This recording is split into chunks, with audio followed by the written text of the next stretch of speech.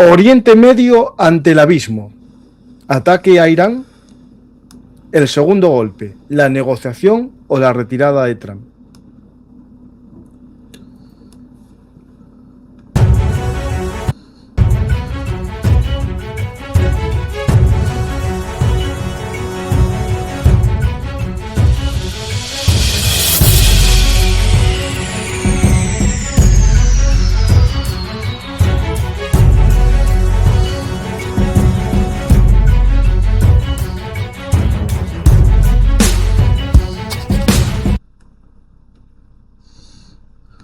Hola a todos, bienvenidos a Bellum Artis, actualidad militar y geopolítica. Regresamos a Irán para conocer qué está sucediendo en Oriente Medio ante un posible ataque estadounidense, como lleva anunciando ya hace un tiempo Estados Unidos, o también una negociación para evitar que esto suceda, o una retirada si no logra negociación y no se atreve a atacar. Vamos a ver qué sucede en esos tres escenarios, pero también intentaremos comprender qué está sucediendo en esta parte tan convulsa, de este mundo convulso que nos ha tocado vivir en este año convulso del año 2026.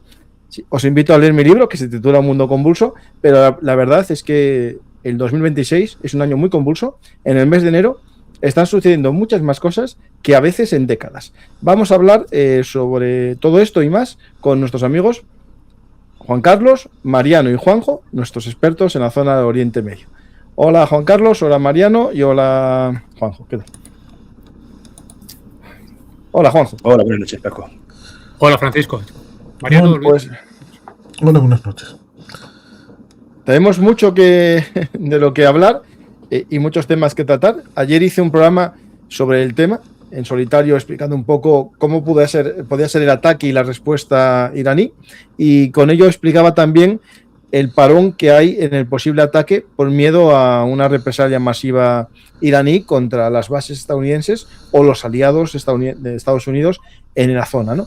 Pues vamos a hablar justo de ello, y yo creo que la primera pregunta que nos podemos hacer, ¿no?, es ¿por qué es el ataque?, ¿no? Si el ataque es el remate de lo no conseguido en la guerra de los 12 días, o realmente estamos también ante una represalia por lo que hizo Irán a la población civil. Es decir, programa nuclear solamente, programa nuclear más represalia y acabar con un régimen dictatorial, o lo que dicen muchos, solamente el petróleo. ¿Quién quiere empezar? Juanjo. Bueno, para Israel lo que más le interesa, lo que más le conviene realmente, es que Irán se convirtiese en una nueva Siria, un caos absoluto, y que se desapareciesen del mapa como potencial amenaza durante 50 años o así, o lo que fuese. Y el petróleo, bien, las zonas petrolíferas de Irán están casi todas concentradas en la costa. Habría que controlarlo con alguna milicia adicta y al resto del país que se pudiera ir al infierno. En cuanto a los designios de Trump, dudo mucho que el propio Trump los tenga muy claros. El petróleo sí, y también el programa nuclear, porque se le habrá metido en la cabeza que hay que acabar con ello.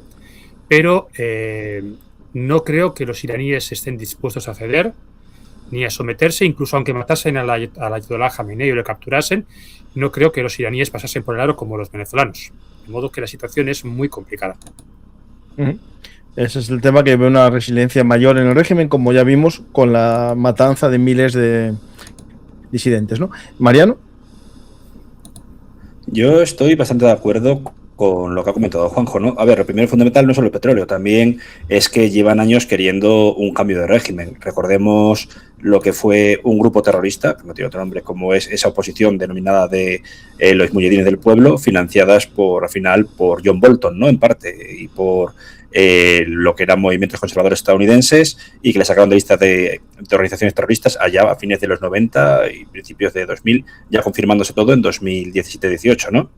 En este sentido, lo que sigo pensando es también como Juanjo, por mucho que maten incluso a Jamenei, por cierto, una persona muy enferma, como hemos comentado otras veces, con un cáncer, por lo que parece terminal, muy mayor, creo que cumplió ahora el 10 de enero pasado 87 años, pues eso no designa que vaya a haber un cambio de régimen ni mucho menos pacífico. No solo eso, incluso gente abiertamente anti-iraní en la primera administración Trump, como era su secretario de Defensa durante los 2 primeros años de dicho gabinete, James Mattis, el perro loco, decía que sanciones sí, ese tratado de no proliferación nuclear, de ese tratado de paz, que era un poco palo y zanahoria, pero nunca poner botas sobre el terreno o atacar directamente, menos aún que se permitiese atacar a Israel como una especie de proxy de Estados Unidos, ¿no? Como funcionó el año pasado. Y lo que hablamos en otros programas, que haya un cambio digamos, de régimen hacia lo que sería una sudanización, de Irán. Se quita a un líder religioso como fue Hassan al-Turabi, se puso a lo que fue Omar al-Bashir y poco después, 30 años después, pues se elimina también lo que es un movimiento, digamos, militar islamista para dar uno completamente militarizado que ha dado pie a esta guerra civil que estamos viendo desde 2023, ¿no? Creo que nadie, viendo cómo está la olla a presión, que muy bien indicaste al principio, Paco, de Oriente Medio y el resto del mundo, tan convulso, le quiera meter o echar más gasolina a lo que es el fuego, ¿no? ¿Y Juan Carlos? Pues en buena medida de lo que habéis ido comentando, en parte podríamos hablar de tríos o de aspectos trinitarios, en la idea de preguntarnos por qué y los intereses de cada parte, porque evidentemente aquí entran en juego, diría que 3 círculos concéntricos, que serían los intereses primero de los Estados Unidos, luego de Israel, y luego de una alianza que estaría surgiendo tal vez como contraparte o incluso heredera, debido a que el eje de resistencia centrado en Irán está de capa caída, respecto de Turquía, Qatar, Egipto, Arabia Saudí, que sería una especie de alianza suní que estaría ahí emergiendo y haría en cierta medida contraparte de los acuerdos de Abraham, lo cual sería un poco sorprendente cuando en principio el día 6 de octubre del año 23 estarían a punto Arabia Saudí de estar encauzado respecto de esos acuerdos de Abraham. ¿Cuáles serían los intereses de Israel? Pues efectivamente sería el caos en Irán y que haya cambio o no haya cambio, pero que estén lamiéndose sus heridas durante mucho tiempo. Así que a Israel eso es lo que le interesa, sobre todo teniendo en cuenta de que este año hay elecciones. A Estados Unidos, ¿qué le interesa? Le interesa un cambio de régimen, lo cual ciertamente cualquiera que pudiera haber seguido a Ronald Reagan, pues igual pensaría, sí, le interesa la libertad.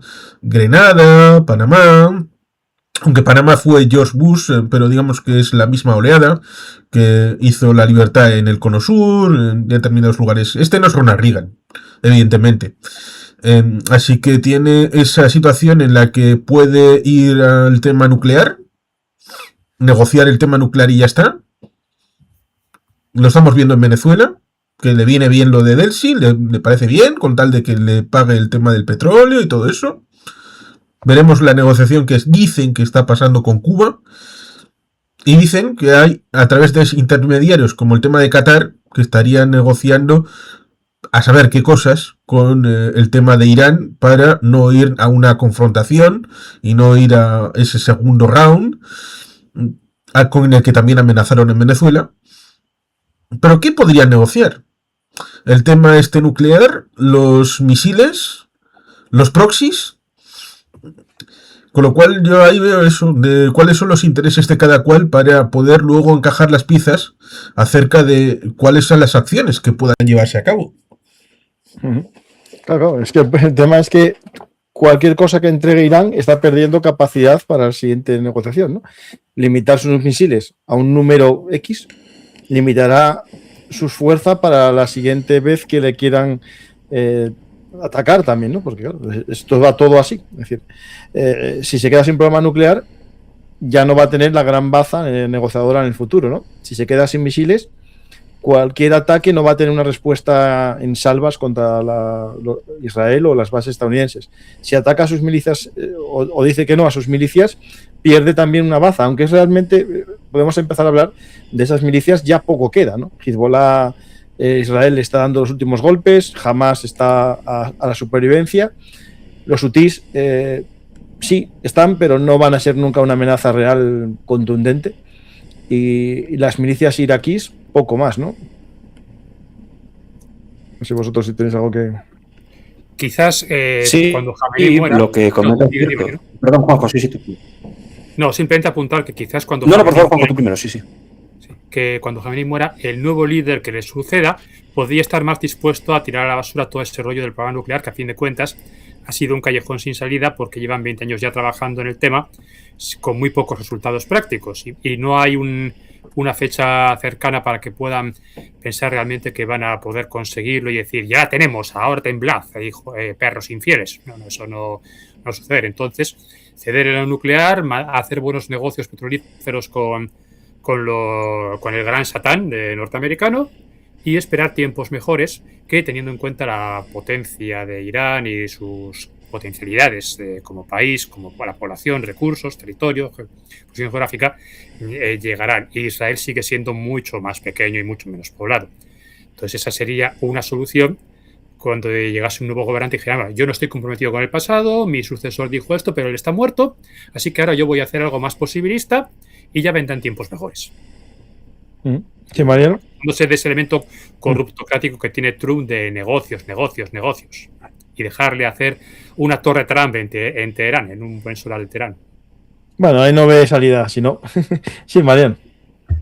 Sí, básicamente estoy de acuerdo con lo que dice Juanjo, y no solo eso, la desaparición física de Jamenei es el paso 1, es que también con respecto a su programa nuclear, en un principio, ya desde creo que fue 2007, 2006, o sea, hace 20 años más o menos, Jamenei declaró un edicto, una fatua religiosa, en la cual prohibía lo que era el desarrollo de un programa nuclear con fines militares. Entonces estaría diciendo ahora si va a utilizar una plausible arma nuclear contra Estados Unidos. Ahora bien, yo creo que a pesar de que el eje de la resistencia, como también dijo Juan Carlos, como has indicado tú, Paco, está de capa caída, las posibilidades de una guerra subsidiaria o proxy no se podrían quitar de encima de la mesa, ¿no? De esa ecuación. Básicamente, la semana pasada me pasaron un vídeo en el cual aparecían que quizá la gente lo vea como una tontería, pero varios miembros de lo que es el Kataib Hezbollah, tanto iraquí como iraní, dispuestos a martirizarse en caso de lo que sería un ataque plausible ataque estadounidense. ¿Sirvió eso durante la guerra Irán-Irak? No, causó miles o cientos de miles de muertos, ¿no? De los llamados shahid, mártires vivientes, aquellos niños que iban con una llave de plástico diciendo que iban a ir al paraíso mientras pisaban minas y daban paso a las tropas de artillería ligera. Eso no quita que al final esto pueda causar también muchas bajas entre el ejército invasor, presumiblemente el estadounidense, si se llega a ese caso. Y que eso lo veo difícil, Mariano. Vamos a dejarlo. Claro, yo también veo perdón. Que por tierra lo veo imposible. Sí, yo también lo veo imposible, pero como sabemos cómo es Trump, que puede crear puede decir, bueno, hace 45 años, ¿no? Sí, ocurrió lo del Desert One, lo de los rehenes en la embajada de Teherán, le fue mal a Carter, pues yo voy a hacer una especie de operación de los Delta, en vez de con Maduro, descabezando a la IRGC, porque de este hombre podemos esperarnos lo malo y lo peor. Algo que no se ha atrevido a hacer ni siquiera Israel. Israel ha dado golpe de efecto el año pasado con los asesinatos selectivos de lo que era la IRGC, las fuerzas Quds lo intentaron, incluso el Consejo de Seguridad Nacional, varios científicos, pero al final no se han atrevido a ir a por Jamenei o por la clerecía, quizá porque piensen que son más maleables, no lo sé. Trump puede ser capaz de eso. Y es lo que me preocupa porque estoy leyendo un libro de Peter Bergen que está datado en 2022, en el año 1 tras perder la presidencia Trump, y hablaba de datos que se están confirmando ahora, sobre todo rodeándose de un gabinete ultra, no solo lo que vemos que está pasando dentro del país, etcétera, sino con una política exterior muy abrasiva, generalmente en los enemigos que tenía en su primer mandato. China en lo económico, Irán quizá en lo, vamos a decir, militar o conflicto externo, ¿no? Pues voy a hablar un poco de las, digamos, hay muchas opciones, ¿no? Y hay muchos temas que sacar. El primero de todos es un poco, bueno, tenemos la amenaza del ataque. Estados Unidos movió el grupo del portaaviones Abraham Lincoln, movió aviones F-35, aviones de transporte, aviones cisterna, movió también F-18 Growler. Bueno, está moviendo un gran arsenal. Es verdad que en Diego García no hay B-52 todavía, o por lo menos yo no los tengo vistos. Movieron también, lo que me interesa a mí, es la preparación de defensas, ¿no? Es decir, ya en la guerra de los 12 días se puso una batería TAT en Israel y ahora se están llevando más TAT y más Patriot del módulo C. Y hoy tengo esta noticia que es la salida de un avión desde Japón que supuestamente puede llevar otra batería antiaérea. Lo digo porque al parecer el New York Times, bueno, no es al parecer, leí la noticia, el New York Times comunicó que Estados Unidos está ralentizando la posibilidad de un ataque porque tiene miedo a que la respuesta iraní sea una salva de misiles y tiene que dar seguridad a sus instalaciones y a sus aliados, ¿no?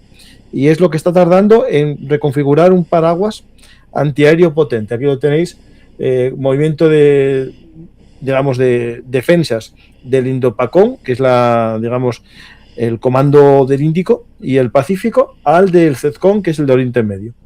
Y bueno, tenéis ahí el movimiento de un Globemaster 3 C-17A, que creen que llevaba un regimiento de artillería de defensa aérea del ejército de Estados Unidos situado en Japón. ¿Vale? Todo esto tiene que ver un poco con lo que yo ayer expliqué en el programa de por qué se está ralentizando la respuesta, ¿no? Ahí, Juan Carlos, un poco comentar, vamos a ver el escenario, ¿no?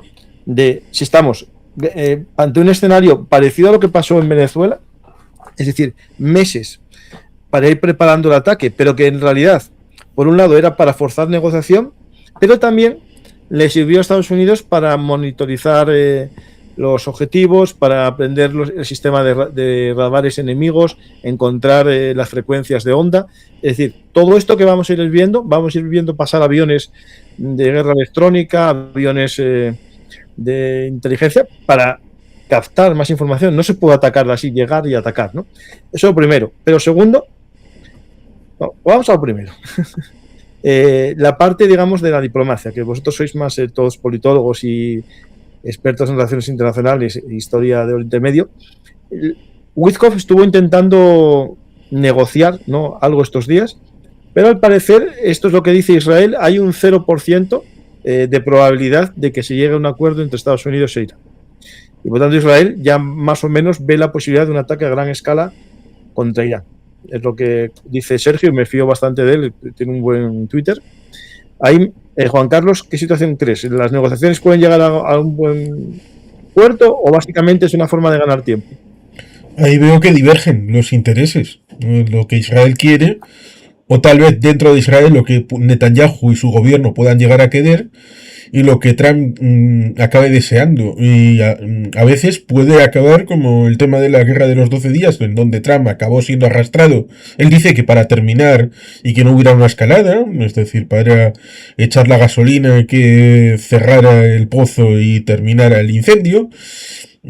Cierto es que, bueno, has comentado que esa pieza venía desde Japón. Bueno, en parte sería desvestir un santo para vestir otro, y a saber con qué consecuencias, porque aquí en el juego de la cúpula del trueno el interés compuesto y las debilidades interrelacionadas, pues parecía que pudiera haber incentivo de debilidades a la hora de quién hace qué, porque recordemos el momento del año 62, en octubre, cuando se produce la crisis de los misiles en Cuba, que India y China pues empezaron a enzarzarse por el tema de una carretera en la zona de Cachemira.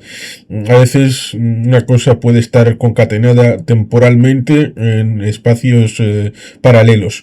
¿Dónde está la diferencia respecto de Venezuela? Cierto es que los preparativos pueden ser interesantes, sobre todo teniendo en cuenta de que en teoría, cuando dijo Trump que la ayuda está en camino, fue hace como 3 semanas a los de Irán.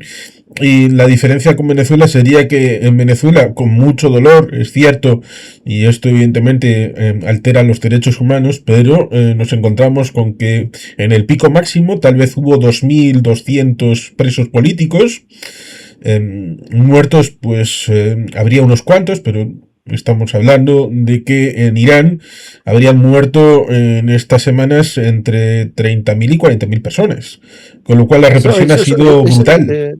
Bueno, esas cifras son las que se hablan más o menos en casi todos los medios. Es verdad que al principio se habla de 12.000 y se llegó a hablar de 50.000, pero 20.000, 30.000 es una horquilla bastante aceptada, ¿no? Por casi todos, ¿no, Juan Carlos? Sí, pero es que además de los muertos tendríamos que incorporar los presos, aquellos que estarán magullados, con lo cual no solamente es muertos, sino también todo lo que puede estar alrededor, o de inducción del miedo. Y aún así parece que los bravos siguen saliendo y siguen haciendo, pero también estaría la debilidad intrínseca. Cierto es que en Venezuela podrían inducir e insuflar respecto de personalidades, alguno que se vendió por un puesto, por un curul en la asamblea, pero en principio la articulación en torno a Edmundo y a Media Corina estaría más o menos aceptada mayoritariamente, tanto dentro como fuera, pero en Irán, ¿dónde estaría la oposición? Estaría en el comité que sería un poquito de centro izquierda, en el señor Pahlavi, que la dinastía como Shah pues estaría ahí. ¿Hasta qué punto? Porque claro, a diferencia de Venezuela, donde tenemos el día 28 de julio del 2024, en donde hay negro sobre blanco, gracias a los comanditos, que el pueblo de Venezuela está en contra del régimen, en Irán esto no se ha producido porque no ha sido posible. Con lo cual, ¿hasta qué punto el régimen cuenta con apoyos, no apoyos y la distribución de las capas? Es una incógnita. Es una incógnita por revelar. Y en buena medida se puede decir que cuando haces un intento desde fuera, o lo tienes todo muy controlado y sabes un poco cómo está desde dentro, ya has hecho un análisis profundo, o es un melón por abrir, en el ¿qué piensa alguno? Que un ataque desde fuera, y mucho menos si viene apoyado por Israel, va a derribar un régimen. Parece más fácil, viable, la solución esta de les metemos en un problema, se pelean entre ellos, o incluso es más probable el hecho de que se quiten a los ayatolás, haya un golpe militar y un general se ponga de dictador. Las opciones son muchas, pero creo que la solución en este sentido del régimen político vendrá en buena medida desde dentro, que es un poco lo que estamos viendo en Venezuela con el tema de la ley de amnistía. Desde dentro han abierto una portezuela, y sin esa portezuela desde dentro no hay nada que hacer, por muchas bombas que le tires. Mira, de hecho, Venezuela puede ser una vía de lo que pueda pasar, ¿no? Es decir, no que cabe el régimen, sino que el régimen se dome, deje de ser un peligro para la zona y un eje agitador, ¿no? Básicamente Venezuela en América también era un eje agitador, no un peligro, pero sí un eje agitador. Irán podría ser algo parecido, es decir, no acabar con el régimen, sino decir que el régimen, bueno, cambie de forma de actuar, ¿no? Pero es que es más difícil, yo creo, porque claro, el régimen de Venezuela, aparte de que es un régimen de fanáticos religiosos que ven la muerte como un paso hacia el deseo, ¿no? Es un país mucho más grande, más potente, una organización más grande, y no es una cleptocracia como Venezuela, aunque es una cleptocracia, si me entendéis. Es lo mismo, pero no lo es, porque por ejemplo esta noticia que acabo de ver ahora mismo, la tuve que buscar porque pensé que era broma. En un país socialista, supuestamente el apogeo del socialismo, acaban de nombrar a la hija de Diosdado Cabello ministra de Turismo. Esta es la página de Elsie Rodríguez y nombran a la hija, y lo tuve que buscar porque tenía dudas. Yo vi ahí Daniela Cabello y lo busqué, y sí, es la hija de Diosdado Cabello y la acaban de nombrar ministro. Su hermana es cónsul en Bilbao. Sí, pues mira. Esto ya no es como poner a tu hijo de sucesor en el gobierno, no. Esto ya lo pones de ministro. O sea, esto es fuerte, ¿eh? O sea, fuerte. No, cuando hacen este tipo de nombramientos está claro que esta gente no piensa soltar el poder, y que todo lo que se dice de que habrá una transición o que habrá elecciones en X meses o en un par de años son solamente delirios de Donald Trump y sus secuaces, o películas que nosotros nos vamos montando confundiendo nuestros deseos y nuestros cálculos con la realidad. Yo querría plantear este tema de una forma más directa. O sea, vamos a imaginar que nosotros somos el gobierno norteamericano. Bien, ¿qué es lo que queremos hacer? Bueno, queremos el petróleo y queremos acabar con el programa nuclear iraní. Y el resto, en el fondo, nos importa un pito. Vale, ¿y qué estamos dispuestos a poner sobre la mesa para conseguirlo? ¿Cuánto dinero? ¿Cuántas armas? ¿Cuántos medios? Y entonces, ¿no estamos dispuestos a lanzar una invasión total? Vale, muy bien. Entonces, ¿qué margen de maniobra nos queda? ¿Qué es lo que podemos hacer realmente? ¿Matar a Jamenei? ¿Presionar a Irán hasta que se muera Jamenei de viejo y negociar con sus sucesores? Bien, vamos a suponer que Jamenei vive todavía varios años, o que sus sucesores piensan exactamente lo mismo que él. Entonces, si no estamos dispuestos a lanzar una invasión, y sabemos que esta gente son tipos mucho más duros que los venezolanos y que están dispuestos a aguantar lo que les echen y tampoco están dispuestos a traicionarse entre ellos para que le demos un golpe de mano y capturemos a un pez gordo, entonces, ¿cuáles son realmente las opciones que tiene Estados Unidos? O sea, bombardear y machacar a las estructuras del régimen, favorecer la insurrección, pero con el Shah al frente no creo que eso tenga ninguna posibilidad de éxito. Entonces, realmente Trump, bajo sus jactancias y bajo sus amenazas y sus ambiciones, tiene muy poco margen de maniobra. El resultado óptimo con mínimos recursos sería bombardear cada X tiempo las instalaciones clave e impedir eternamente que Irán consiga la bomba. Sí, a ver, de eso realmente no hay mucho más que se pueda conseguir. Si estamos ante qué puede hacer, ¿no? Claro, el problema que nos encontramos es que una invasión terrestre está descartada completamente. Sí. Podemos ir a bombardeos que irían primero a acabar con el sistema antiaéreo completo de Irán, los radares y los sistemas de misiles, y a la vez, si pudiesen, destruir alguna base de lanzamiento de misiles tierra-tierra para evitar una represalia inicial. Y cuando, claro, Irán va a ir lanzando salvas que van a ser detenidas y algunas van a hacer daño en Israel o en las bases, pero Estados Unidos seguirá atacando y en los siguientes objetivos lo lógico que atacase el programa nuclear y los cuarteles del régimen, como ya hizo. Es decir, yo ya mostré vídeos en los que se ve cómo atacaron cuarteles del régimen. E incluso yo apostaría para atacar directamente a las tropas. Es decir, un ataque a cuartelamientos, pero ya hay imágenes también de colegios convertidos en cuarteles. Bueno, ya sabéis, será objetivo militar. Como jamás. No haya... Sí, igual. Sí, sí. Como hizo el propio Saddam Hussein en 2002 con los escudos humanos. Y a raíz de lo que decís, perdona, de lo de no es un estado cleptócrata, eso es cierto, pero tenemos unas redes clientelares y nepotistas muy grandes. Clientelismo con los Bazari que últimamente se han revelado por el coste de la vida. También nepotistas, pues porque ya en el año 96, hace 30 años, cuando hubo un par de revueltas contra Jamenei, se hablaba de que fuese Ahmed Khomeini, hijo de Khomeini, su, digamos, sucesor en caso de una especie de golpe palaciego. Ahmed Khomeini estaba muy enfermo de diabetes, pero desde luego lo que era su muerte extrañó a propios y ajenos, ¿no? Ahora mismo, el mejor colocado para ser sucesor de Jamenei es su propio hijo, Mustafa Jamenei. Entonces, estamos hablando de una especie de régimen que se perpetúa, muy similar a la copia que se hizo con esa República Árabe Hereditaria en Siria, que se intentó con la familia Mubarak en Egipto, de estos sabrán más Juanjo que yo, o mismamente lo que pudo pasar con la dinastía de los Kim en dinastía secular celestial, como dicen muchos, en Corea del Norte, ¿no? Sí, y también la familia Gaddafi en Libia, eso también se oye mal. Efectivamente, sí, me había dejado es un fenómeno recurrente. Sí. Todos iguales, pero unos más iguales que otros, ¿no? Ese es el lema. El lema de mi familia está ante todo, ¿no? Pues el nepotismo es algo que siempre estuvo ahí y tenemos la posibilidad, ¿no?, de estas personas que todavía sobrevivieron, que fueron parte de las revueltas y que esperan todavía que llegue el séptimo caballería, y nunca mejor dicho, ¿no? Justo hoy se filtra esta pintada que dice básicamente: hemos dado sangre, ¿qué negociaciones, no?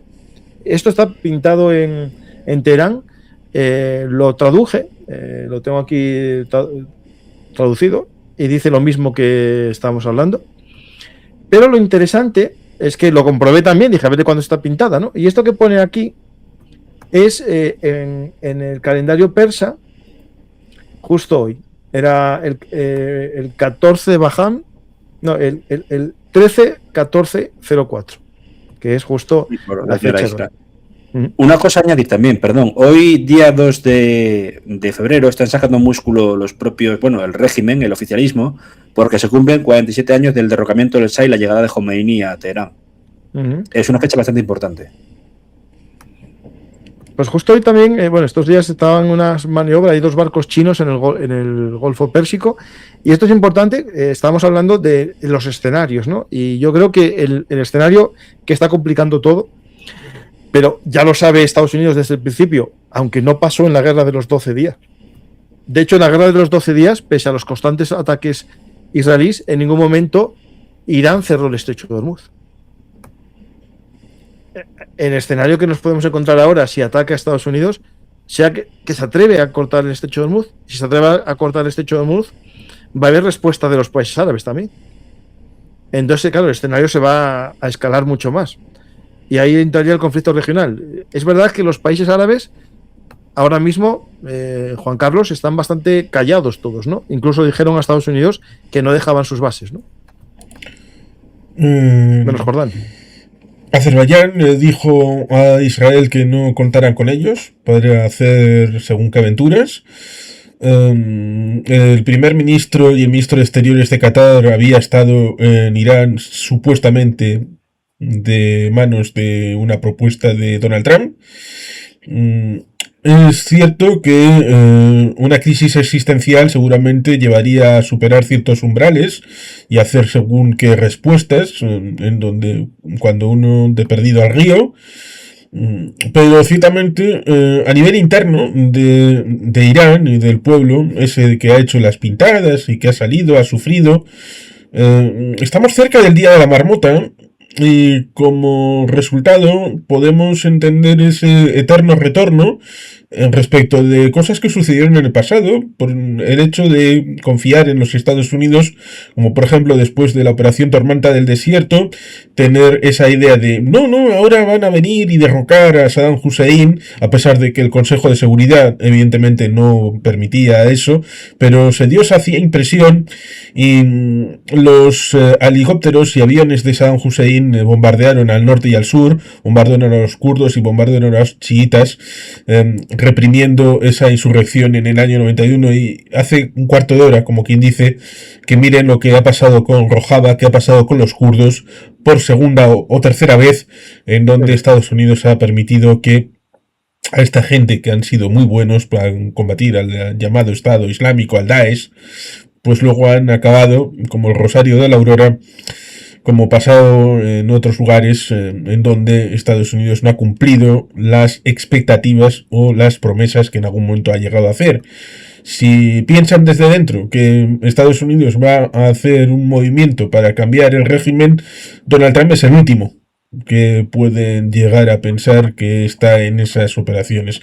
El único que tal vez estaría sería Marco Rubio, pero Marco Rubio, como un mortal y como humano, tiene que dormir algunas veces y tiene que descansar, y no puede estar ni siquiera como el Steve Witkoff, que lo mismo que te negocia el tema de Ucrania, que te va con el tema de Gaza, que te va a el tema este con los iraníes. Hay clases y clases.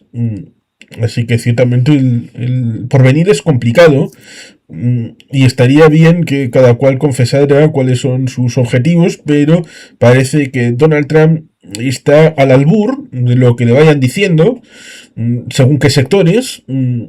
Y es que se ve demasiado bien, porque esto en otros momentos ha estado más estratificado, más organizado, pero ahora parece que no hacen caso a la administración, no hacen caso a los funcionarios, tienen como aquel grupo de Signal, que hacen la política un poquito quitándose a esta gente del medio, así que ciertamente es un momento de incertidumbre en el que parece que J.D. Vance hace sus cosas, Witkoff hace las otras, Marco Rubio intenta ser el hombre adulto en la educación, en la habitación, y Trump pues seguramente también, porque le asemejaría respecto de estos otros lugares. Se filtró el tema ese de Corea del Norte, de que qué bonito esto de Corea del Norte, todos se cuadran al jefe y están todos aquí al partido un piñón.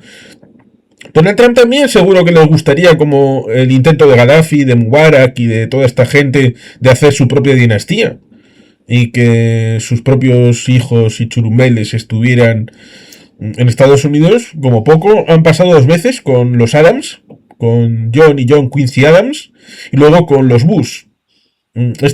Seguramente dice, pues yo 3 generaciones. Pues Juanjo, sobre el tema digamos, de los vecinos, ¿no? La respuesta que pueden hacer los vecinos, que yo creo que en el fondo todos quieren debilitar a Irán, aunque saben, desde mi punto de vista, y lo vimos en el caso del Yemen con Mariano en un programa, que cuando no tienen enemigos se pegan entre ellos los Emiratos y los árabes, ¿no? Arabia Saudita. Pero, ¿cuáles los distintos países que tenemos en el entorno, sus posibles, si están contentos de que caiga Irán, si prefieren que no caigan porque más vale lo malo conocido que lo bueno por conocer?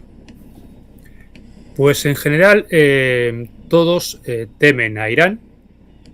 Dejando aparte de Arabia Saudí, todos son países relativamente pequeños, débiles, fragmentados, y si hubiera una lucha sin interferencias externas, Irán los iba a devorar. O sea, no es que los iba a derrotar, los iba a barrer del campo de batalla.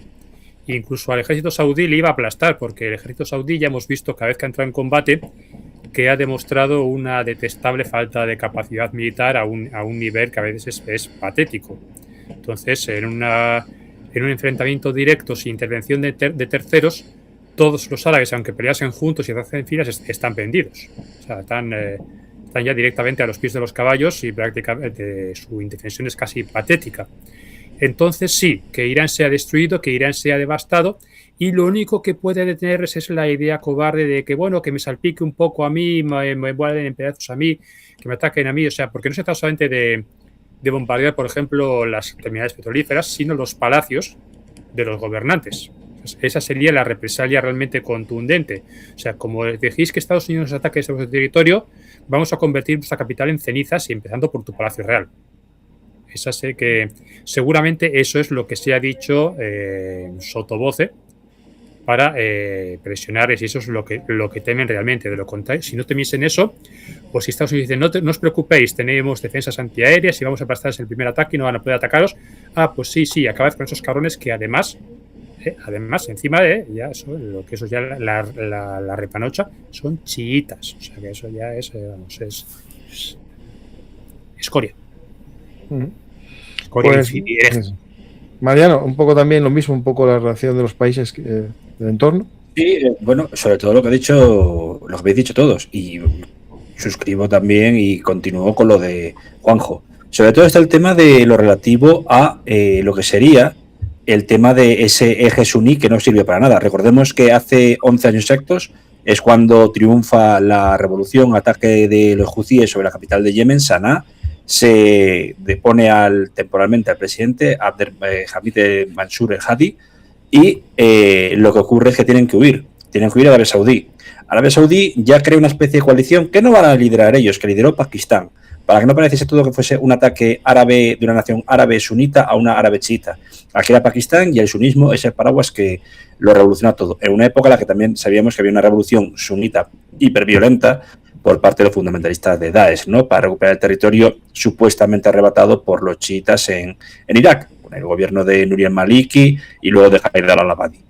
Pero en estos casos, y me reitero que comparto lo que dice Juanjo, los ejércitos están preparados. No solo eso, el ejércitos árabes, quiero decir, el país, vamos a decir, más longevo es Arabia Saudí y no llega al centenario. Tiene 93, 94 años, estoy seguro. Qatar depende muchísimo de ayuda externa y de las armas estadounidenses. Lo mismo pasó con Emiratos, que están incluso entre los propios Emiratos que conforman dicha nación a palos entre ellos, el primer ministro con el ministro de Exteriores, el que digamos es el presidente y regente de los mismos tampoco le gusta las aventuras y esa especie de balcanizaciones que está forzando Emiratos desde lo que sería Somaliland a la zona de Yemen del Sur, con la derrota que hablamos justamente el día de Nochevieja, que salieron por patas los emiratíes frente a los saudíes. Y es que además tenemos que darnos cuenta del elemento demográfico. Todos estos países suman menos de 50 millones de habitantes, porque ni siquiera Siria e Irak van a apoyar esto, a sabiendas de que lo tienen de vecino. Me refiero a las monarquías de petroleras del Golfo, ¿no? Los petrodólares. E Irán tiene aproximadamente 90, creo que vimos la última vez en el espectro demográfico. No solo la merienda que dice Juanjo, es que literalmente pueden hacer una limpieza étnica por completo de la zona, los iraníes. Y lo vimos en la guerra de lo que fueron los edificios en los años 80 y la guerra de los tankers, de Tanker Wars, cuando Saddam Hussein se enfrentó a Irán, ¿no? Tendrían muchas armas, desde luego, pero al final que ven unas tablas y una victoria reclamada por las partes pírrica, con 1 millón de muertos en cada bando y con una situación de un status quo igual que el antebellum, ¿no? En este caso puede ser mucho peor porque puede haber un efecto derrame. ¿Cómo puede terminar esto? Pues yo creo que para Irán mal, desde luego. E incluso puede caer lo que es el propio régimen, pero para las monarquías petroleras, si se atreven a despertar lo que es el genio persa, lo veo muy complicado. Sí, y además yo quería apuntar también, brevemente, que de esos 50 millones que suman entre todos hay que descontar a los extranjeros que están ahí sin derechos de ciudadanía, y luego, precisamente, en las zonas petrolíferas, gran parte de la población autóctona, son chiitas, árabes, pero chiitas, y en muchos casos chiitas duodecimanos, entonces, que han sido discriminados, pateados, maltratados. Ha habido intentos de tratarles mejor en algunos momentos de la monarquía saudí. En los países árabes más pequeños, en los Emiratos, están un poco mejor tratados.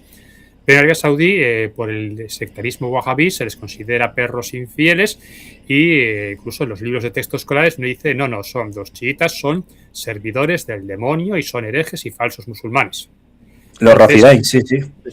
Entonces, ahí eso es los Rafidain, eso no es en otro país. Rafidain se decía mucho en Siria, pero también en Arabia Saudí. Rafidain, los poco menos que perros y demás, o también las llamaban...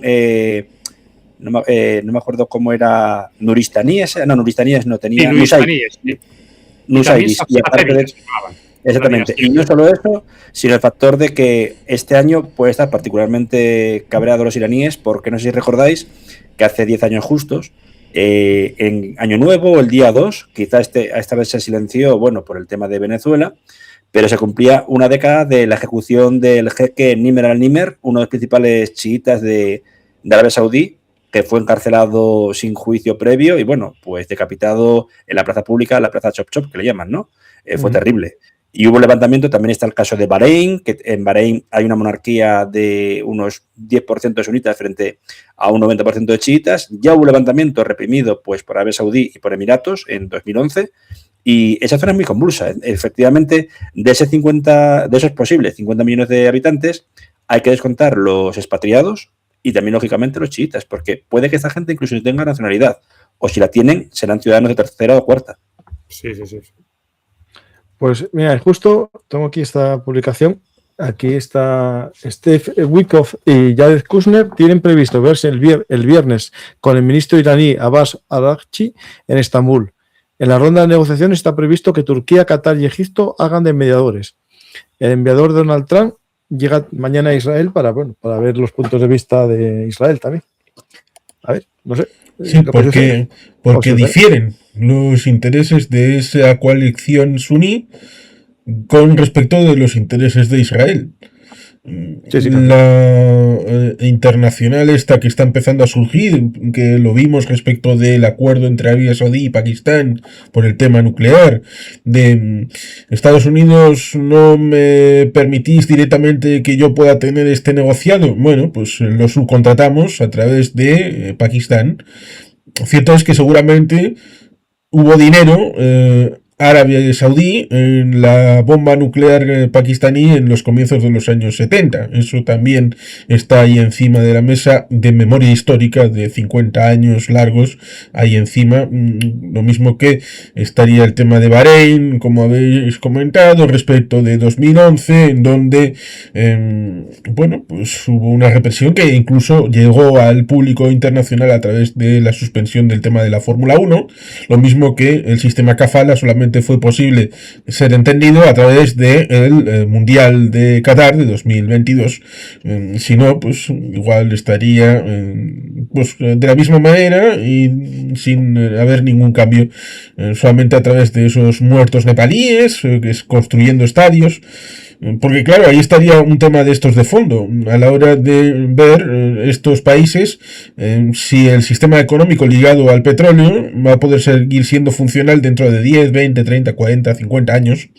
El tema respecto de Emiratos y Arabia Saudí, quién ha llevado la delantera, o Qatar, o Bahrein, o este tipo de países, a ver quién trata de diversificar mejor la economía, construir ciudades de estilo más o menos tourist friendly, pero claro, es complicado pasar de un modelo a otro, sobre todo cuando tienes todas estas dificultades geopolíticas y con intereses contrapuestos con la situación de que está siendo creada esta especie de internacional suní, que en parte estaría en contra de Israel, sería contraria a Israel.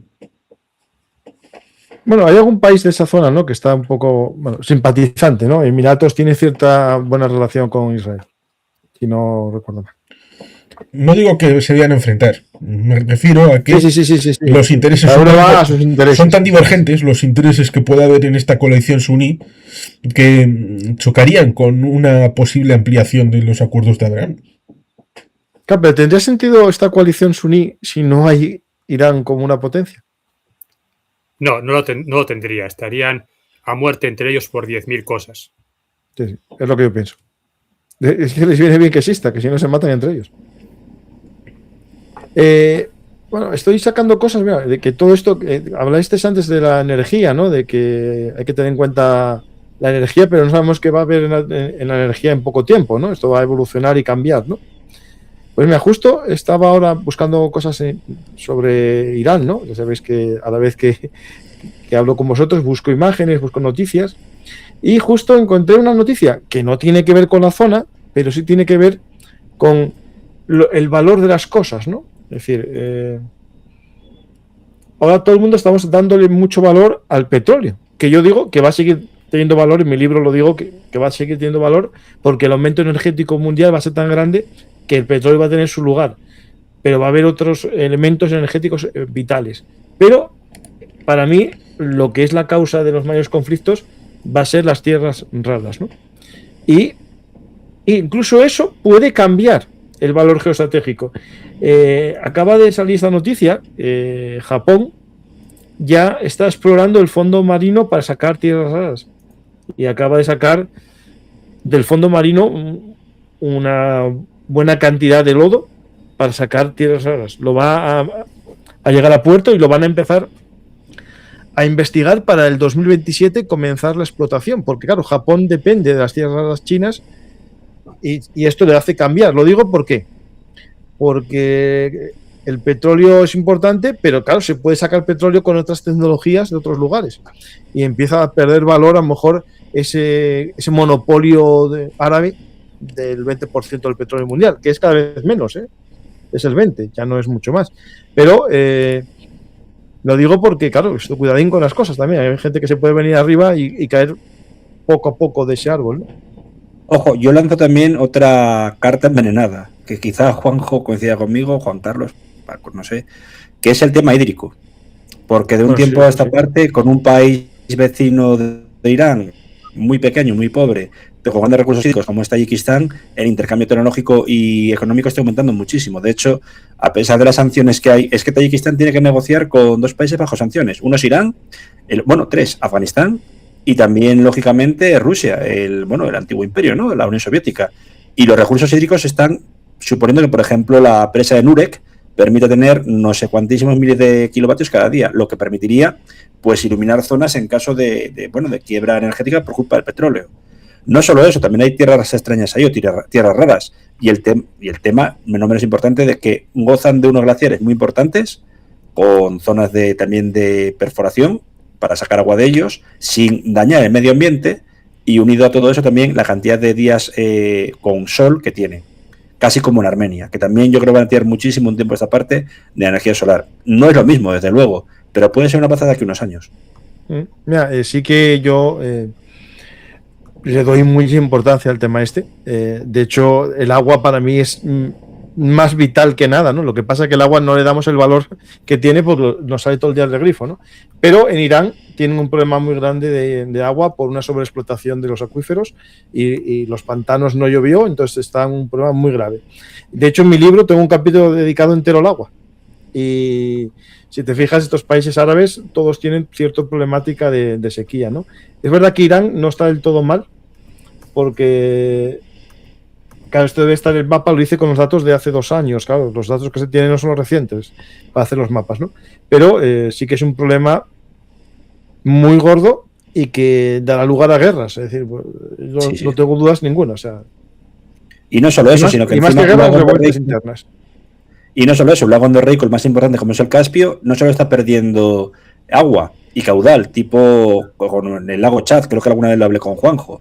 Y unido a todo ello también está el tema de lo que sería de que esos mismos... La economía de Irán sigue siendo la misma que hace 2 milenios. tiran mucho de lo que son los pistachos, a pesar de que los pistachos no son cultivos hidropónicos, necesitan mucha agua, pero el esturión se está extinguiendo, entre otros. Puede parecer una tontería, pero es uno de los principales ingresos junto, aunque parezca tontería, las alfombras persas. Ya no tienen agua, por ejemplo, para el tinte de las propias alfombras, pero cada alfombra lleva aproximadamente, creo que son unos 500 litros de agua, una salvajada. Esto es igual que ¿dónde fue con los pantalones vaqueros en algodón? En Uzbekistán. Uzbekistán, ¿no? Uzbekistán, me parece. Sí. Ahí tiene un problema grande con el algodón. Era producto de la operación aquella de las tierras baldías en Asia Central. Sí. Tierras vírgenes y demás. Sí, que lo mismo que dijiste del arroz en Irán, que se empezó a cultivar arroz en Irán cuando no es una cultura fluvial. No es China, no es la India, no es ni siquiera Pakistán, que también tiene problemas hídricos, salvo los glaciares que están en disputa en la zona de Cachemira. Entonces, Irán tiene un triple problema: social, lógicamente, con lo que está pasando, o estatal, administrativo, económico, pero también de recursos. Porque, obviamente, puede ser una bendición lo que es la de poseer el petróleo. Pero recordemos la operación Ajax en el año 53, que depuso a Mossadegh, el primer ministro nacionalista. ¿Es un beneficio? Sí. ¿Puede ser también lo que te lleve a que depongan a tu gobierno? Pues desde luego, y lo hemos visto, no solo en Irán, en muchos contingentes donde los hidrocarburos son la pieza de cambio de regímenes. Me dicen por aquí que en Irán sí que es un problema el agua. Sí, no tengo duda ninguna, y lo comentamos en un programa que hicimos sobre las revueltas los 4 el primer día. Lo contamos el problema del agua. Y es que de hecho, no solo eso, no es que lo había dicho, lo comentó Juan Carlos acerca del arroz, pero también ocurre en Rusia. En Rusia están haciendo tipo de cultivos que fallan. No lo de Kazajistán, que hablamos también de las tierras vírgenes y lo que fue la tragedia del Mar de Aral, luego también en algodón en Uzbekistán, pero cosas que son completamente ajenas. Y, por ejemplo, de ahí hay interés, lógicamente, lo que es la despensa de Europa, que es Ucrania, el grano ucraniano. No es solo el tema del extranjero cercano, que también. Hay muchos intereses y, vamos, que es un problema con muchas aristas, todas ellas cortantes, ¿no? En el caso de un libro de Ahmed Rashid, el Yihad, el fundamentalismo en Asia Central, dice que el principal problema para el fundamentalismo en el Valle de Fergana, por ejemplo, de Uzbekistán, pero que se puede reproducir en Irán, no fue el tema de, pauperismo económico, etcétera, sino básicamente la falta de agua. Ni más ni menos, que ha llevado pues, a pueblos pesqueros a básicamente desaparecer. ¿Pasará eso en el Caspio? Si hay una sobreexplotación de recursos hídricos, que se seque el mismo de aquí a 100 años, no lo sé. Que pierda gran parte de su caudal, desde luego, y se puede poner a nivel de otra tragedia muy silenciada como es el lago Chad. No, el lago Aral yo creo que bajó mucho, espera, yo tengo imagen. El mar de Aral está extinto, pero vale.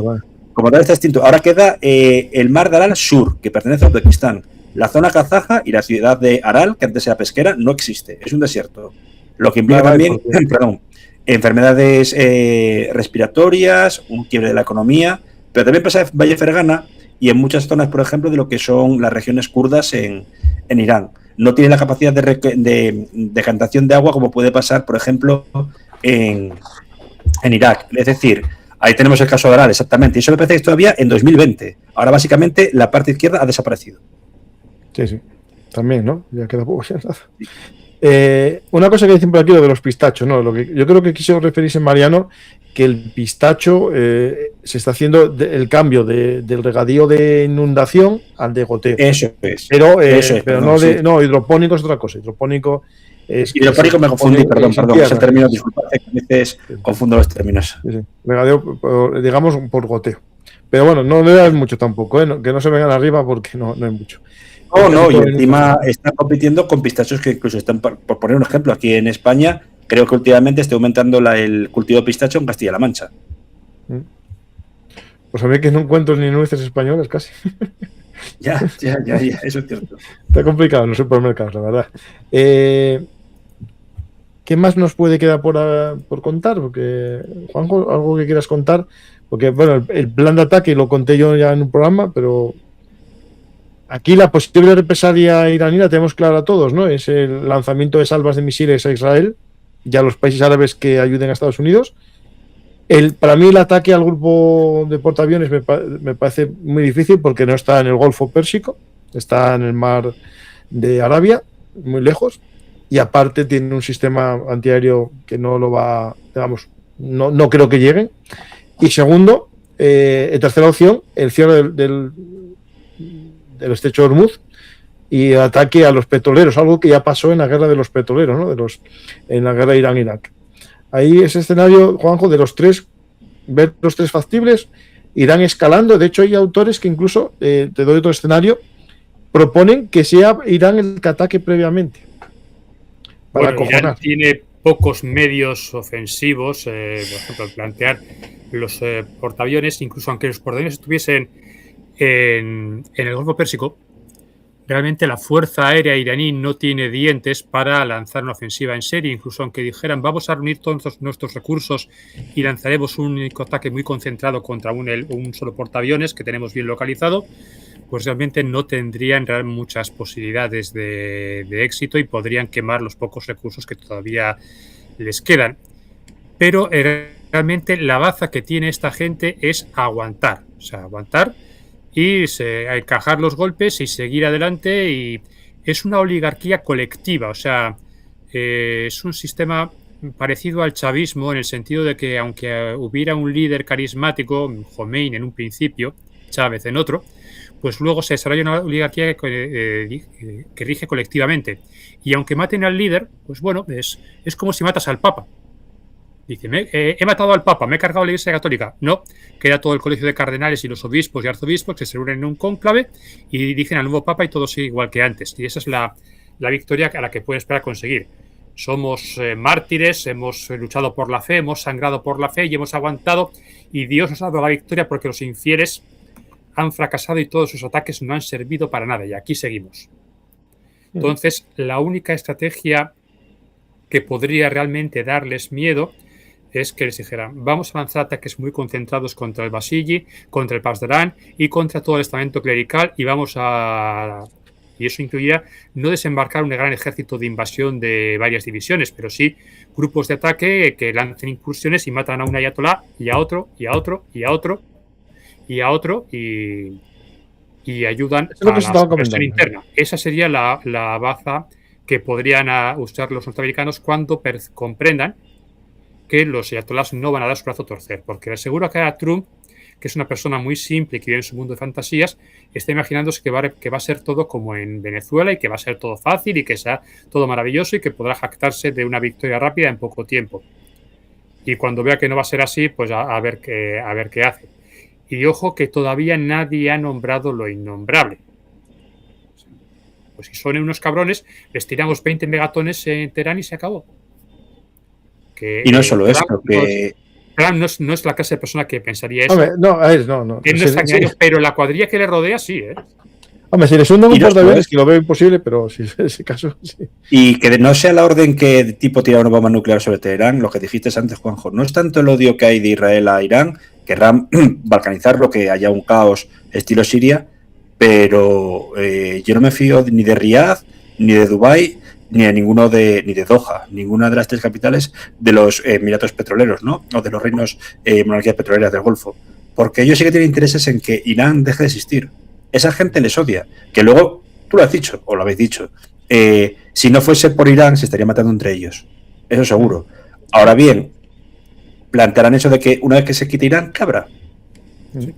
Pues voy a poner...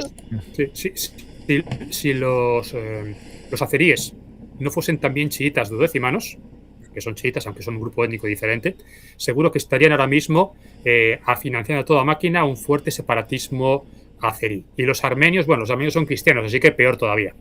No, y otra cosa que os voy a decir, estos días también está calentito, que si no se visteis, que no se habla del tema Baluchi en Irán, y ha habido ataque Baluchi con 190 muertos en Pakistán. Sí, el otro lado. O sea, que puede pasar al otro lado de la frontera, por Baluchi. Claro, sí, cuando miras hacia... ayudarles es fastidiar a mucha más gente y entonces no es plan. Sí, cuando miras hacia Occidente... hicimos un programa nosotros aquí. Cuando miras hacia Occidente, también en Oriente, Irán tiene una problemática también.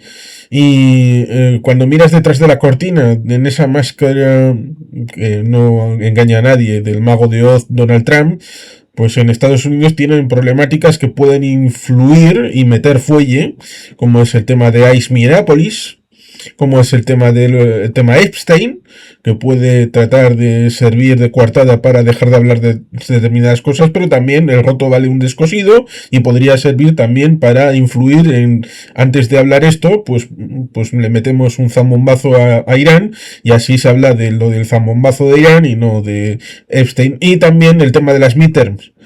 En Texas ha habido un muchacho que ha ganado un asiento para el Senado estatal en donde hace 36 años que los demócratas no tenían nada de nada.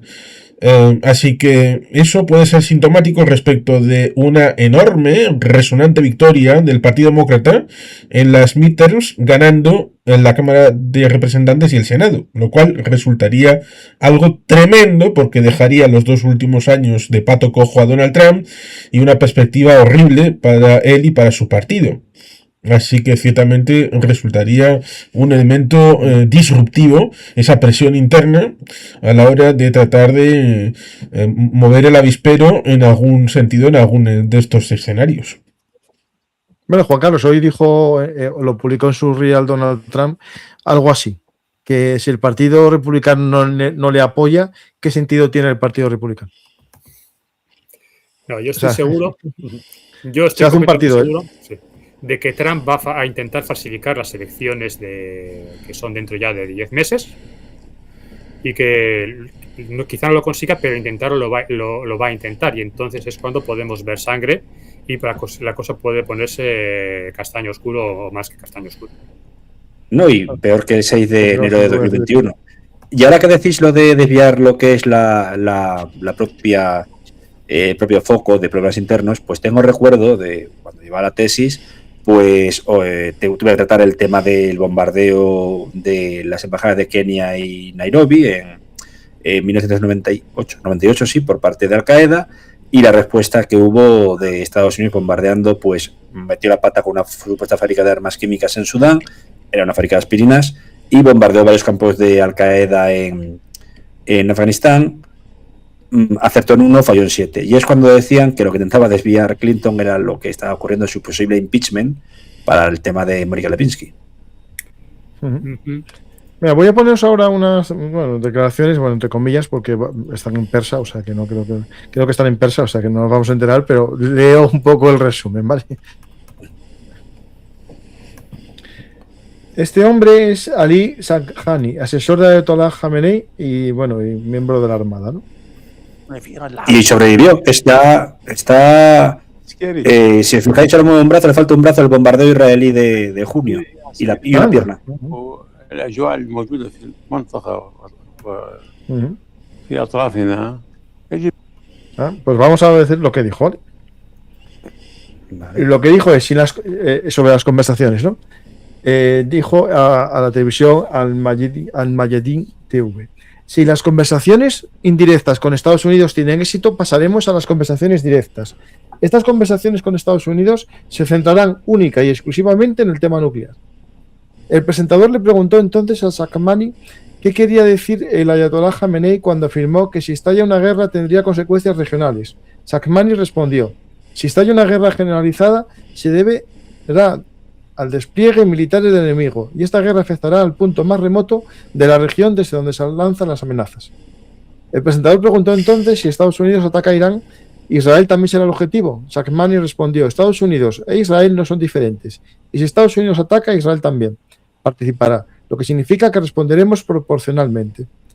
Y también dijo que Estados Unidos e Israel dependen del poder aéreo, pero nuestros planes en este sentido son diferentes y también tenemos el equipo para enfrentarlo. Bueno, por ahora... Está hablando de guerra simétrica más bien, ¿eh?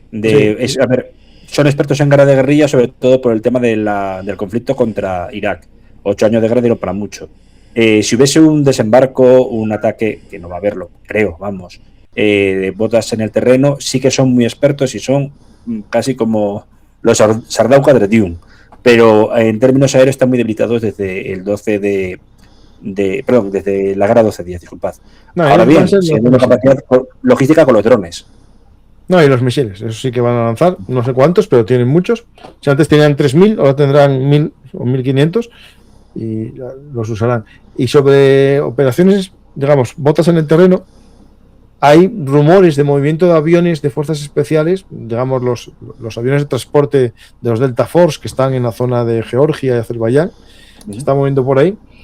Eso lo que nos puede decir es que hay un intento, como muy bien dijo Juan, de alguna operación de fuerzas especiales, pero claro, el problema es que esto no es fácil, porque la huida de esa zona es muchos kilómetros, salvo que sea en Teherán, que son 30 kilómetros, 40 ahí de la frontera, vale, pero del resto de sitios estamos hablando de huidas muy largas, y si un avión, un helicóptero falla o lo que sea, la posibilidad Lo de que una pasó en el operación de 80. rescate Eso se complica mucho. Es verdad que en el caso de Caracas entraron y salieron como Pedro por su casa, gracias a la guerra electrónica, que lo van a hacer igual, eso no veo ningún problema, pero claro, es mucho riesgo. Es decir, Y sobre todo la Israel- tecnología. Israel- Perdón, nadie Israel estaba lo otra estuvo vez a en el punto de hacer, 80. sí. De todas formas, una vez aplastasen por completo la Fuerza Aérea iraní y sus defensas antiaéreas y tuviese una superioridad numérica aérea absoluta, podrían lanzar incursiones prácticamente a voluntad, diario, sí. y cerrando el cerco, acercando más los portaaviones. Para tener, y si un equipo tiene problemas, se puede enviar otro para apoyar y rescatarles. Entonces, realmente podrían empezar a causar verdadero daño. Entonces, Al parecer, pero eso Juanjo, implica una inversión de tiempo y de esfuerzos, y sobre todo de tiempo, que Trump no tiene la mentalidad o el carácter para asumir. Cuando muera Trump, es posible que veamos una política mucho, pero mucho más agresiva a todos los niveles por parte de sus secuaces. Que son Vance no. Vance, en este caso, Juanjo, yo creo que Vance estaba en contra de esta operación. Sí, quizás Vance es más provinciano, pero para Vance, por ejemplo, parecía más favorable a una agresión en Groenlandia, quizá porque nos odia. Porque es América. Si realmente es un poco más provinciano, también piensa, vamos a pactar con esta gente y aquí haremos negocios. Bueno, o que América para los americanos y el resto, pues cosas que se Tenemos Lo más peligroso sigue siendo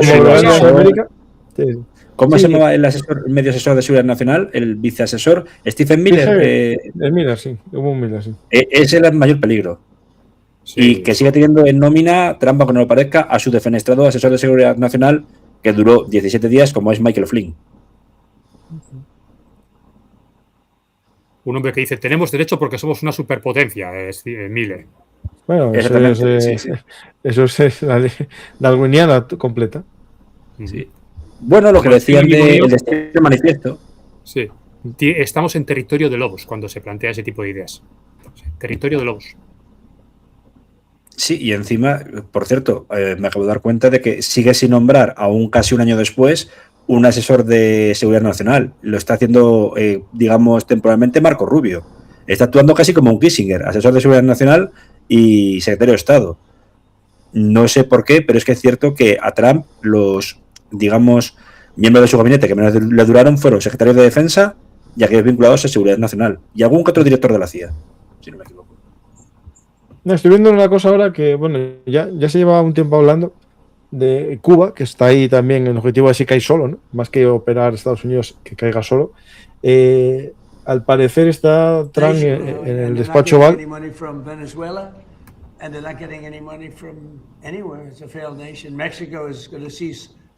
Hablando del caso de Cuba, que estaba recibiendo petróleo de México y que ya no va a llegar nada en México tampoco.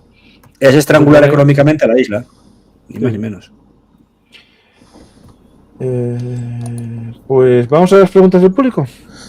Vale. Bueno, evidentemente, para estrangularse se va a estar solos en La Habana. No, pues lo han hecho extremadamente mal. Es increíble lo mal que han gestionado su propia economía. Sí, porque otros países con situaciones parecidas están mejor. Y sigue habiendo comercio. Europa sigue comerciando. No hay un gran embargo europeo. O sea, bueno. Parece que encima vamos a tener, Paco, un asturiano que gestiona mal algo, porque Canel es de Gastropol. Bueno. El presidente. Bueno, la familia. Mariano, creo que hay más de un asturiano. Ya, que gestiona mal, pero aquí uno visible. Si hubiera ayuda interior, ¿no sería más probable una invasión por tierra? Sí, claro, pero no necesitaría unos manifestantes. Necesitaría un ejército. Claro. Que se ponga el ejército en contra del régimen, y es muy complicado. O grupos ya preparados, ¿no? De guerrillas, sí. Jóvenes estudiantes, sí, los baluchis, los kurdos, sí. Pero querrá chuparción de terreno, sobre todo los kurdos, después de lo que les ha pasado en Siria. Lo que decía Juan Carlos antes. No, esos van a por su independencia, es decir, no van a por... Que eso es otra, cuando cayese el régimen habría movimientos separatistas por todos lados. Bueno, ¿Hay alguna una posibilidad? especie de- Sí. ¿Hay alguna posibilidad de que Estados Unidos ataque de forma que se produzca un cambio de régimen en Irán? O sea, eso es lo que tenemos ahí, yo dudas muy grandes. No, o sea, creo que estamos todos de acuerdo en que así atacar por atacar no va a provocar un cambio de régimen. No, tiene que haber más cosas. Incluso puede haber una presión para que caiga poco a poco el régimen, pero de inmediato escalonado, no una transición. Lo que hablasteis de un golpe palaciego y que sean ahora los militares los que cogen el poder, sobre todo la fuerza Quds. Que Hombre, ha lo sido único es, bastante- sí, imagínate, Mariano, que hay un ataque potente, Ujú. una revuelta del pueblo, de nuevo, los supervivientes, las familias de los muertos, que son muchos, que se habla también de violaciones de chicas, es decir, bueno, que haya un atajo muy grande, que parte del ejército se una, del Artés. Podría ser un escenario posible, sí, bajo ataques. También otros dicen que los ataques harán que se unan, pero yo no creo que se una ya la gente.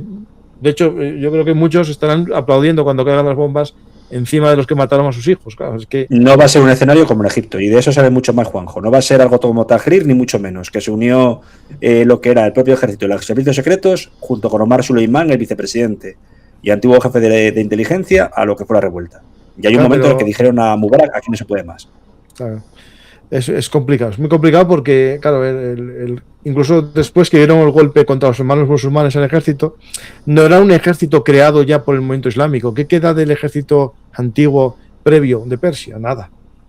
Esto es todo. A ver, Lo lo llamamos Artés para diferenciarlo de la Guardia Revolucionaria, pero los mandos son tan ideologizados y politizados como nosotros. No creo que haya diferencia. De hecho, incluso Khani, que yo creo que ha sido torturado por el régimen, porque decían que estaba siempre en el peor momento cuando bombardeaban a Hezbollah y demás, que decían que era un agente israelí, yo creo que no se rebelaría. Pienso, vamos. En todo caso, puede haber tensiones y rivalidades entre el Artés y el Pasdaran. Creo que piensan, a esta gente son privilegiados, esta gente presta menos servicio, tienen disciplina más relajada, tienen más armas, tienen mejores condiciones de jubilación, y a nosotros nos envían como carne de cañón cuando hay cosas difíciles, si hay un conflicto importante. Eso podría crear un resentimiento y alguna resquemor de querer sublevarse, pero sería para mandar ellos, no para democratizar el país, sino para crear una dictadura militar más laica bajo su mando. Nada de democracia y reprimir a los manifestantes igual que los curas.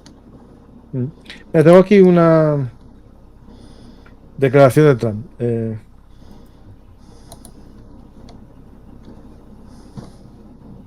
If we could work something out, right now we're talking to them, we're talking to Iran, and if we could work something out, that'd be great. And if we can't, probably bad things will happen. Básicamente dijo que bueno, estaba hablando con Irán y si no, pueden pasar cosas malas, ¿no? Pero es que Eso me hace pareció- gracia porque es que estamos hablando de un tío como si tuviese 5 años. Si es bueno, bueno, si es malo, malo. Y lo peor de todo es que nominalmente es el líder del mundo libre. Pero es que es así. Va a pasar eso, sí. Pero claro, que pases cosas malas no significa que logres tu objetivo, porque en geopolítica, Exactamente. en política no es solamente usar la fuerza, tienes que lograr el objetivo. Entonces, como lo de Rusia, ¿no? Rusia está luchando, sí, está avanzando. ¿Logró su objetivo geopolítico? No, político No. tampoco, es decir, no logró. Y va a 4 años. No, lleva 4 años. Esto puede pasar lo mismo, es decir, cosas malas van a pasar, es evidente. ¿Logrará su objetivo? ¿Cuál es el objetivo? Claro, si el objetivo es el plan nuclear o es algo más. Claro. Entonces, como no sabemos lo que quiere realmente, si solo es el plan nuclear, pues destruirlo otra vez más. Bueno, sí, podría. Y cada vez que se levante de cabeza al volver a atacarlos, ¿no? Pero así Yo está- coincido con todos vosotros en que no buscan cambio de régimen. O sea, buscan debilitarlo y dejarlo muy débil, sobre todo para Israel, el gran aliado. Cambio de régimen, sino lo que comentaba por una parte Juan Carlos y también luego Juanjo, quizás hacia una especie de establishment militar. Muy parecido a lo que comenté yo mismo antes, de quizá una especie de sudanización de Irán, ¿no? Sin elementos fundamentalistas de lo que fue Bashir, pero que los militares manden. ¿Estaba mirando alguna novedad? Vamos a más preguntas. ¿Estimáis algún futuro a las compensaciones de Estambul? Bueno, ya lo dijimos varias veces. ¿Cuándo se derrocó al-Shah? ¿Mató el régimen a opositores? ¿A cuántos? Bueno, sí, hubo represalias en aquellas revueltas contra el Shah, ¿no? Sí, bastantes. Hubo unos no sé 15.000. si llega- 15.000. 15.000, decía 15.000, pero bueno, luego también hay que contar pues, lo que decía Juan Carlos, utiliza del Shabak, de todo lo que hubo de represión interna, cuando a Reza Pahlavi se le fue la cabeza con lo de los 2.500 años de Persépolis, de muerte quizá incluso de inanición. Entonces, sí.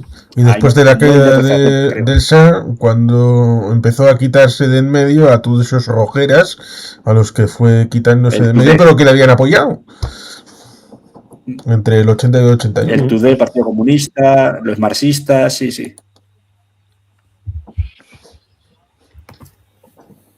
¿Tiene potencial Irán como para hacer daño a Estados Unidos e Israel con misiles de largo alcance? El daño tiene, pero no demostró una guerra de los 12 días. Yo calculo que enviaron como 500 misiles y no produjeron a lo mejor una docena de muertes en Israel, no mucho más. Yo vi una vez 25 muertos, pero también fueron con ataques de Hezbollah, de Hamas, fueron de varios puntos. El ataque a Nevatim solo dio en un edificio, dañó uno de los edificios, no destruyó ningún avión porque Israel saca los aviones. Cuando va a haber un ataque, saca todos los aviones y empiezan a volar y dando vueltas sobre Israel, van repostando hasta que se acabe la amenaza y vuelven a aterrizar, ¿no? Es decir, a una base difícil. Lo único podría ser que atacasen a la central nuclear en el desierto de Negev. Ahí sí, podría ser un gran daño a Israel, pero la respuesta israelí sería también nuclear. Claro, esto es importante, es decir, atacar con misiles convencionales una central nuclear es un ataque nuclear. Y Israel podría desatarlo, por tanto, eso descartarlo no creo que pase. Porque si pasa, sí que sería las llamadas trompeta de Jericó, empezaría a sonar por todos lados. ¿El mar de Aral no se está recuperando? Bueno, no sé, ahora mismo no sé, la verdad, yo lo que estoy viendo es que no, pero bueno. Se intentó, si me permitís, hacer una especie de plan de recuperación del mar de Aral, pero justo coincidió con lo que fue la dimisión de Nazarbayev y luego la mini invasión que tuvo Kazajistán por Rusia en 2022, con la subida al empezar el año, más o menos por estas fechas, y poco antes de la invasión de Ucrania. Coincidió también con un intento de recuperarlo, pero era un plan un poco caótico, que era bombardear los propios glaciares de Siberia e intentar drenarlos. El problema era que iba a haber un corrimiento de tierras. Si a la gente le interesa lo del Mar de Aral, en el libro de Yihad de Ahmed Rashid está también muy citado en el capítulo relativo a Kazajistán y a Uzbekistán. Libro que tiene pues casi 30 años y yo lo recomiendo porque sigue siendo de rabiosa actualidad.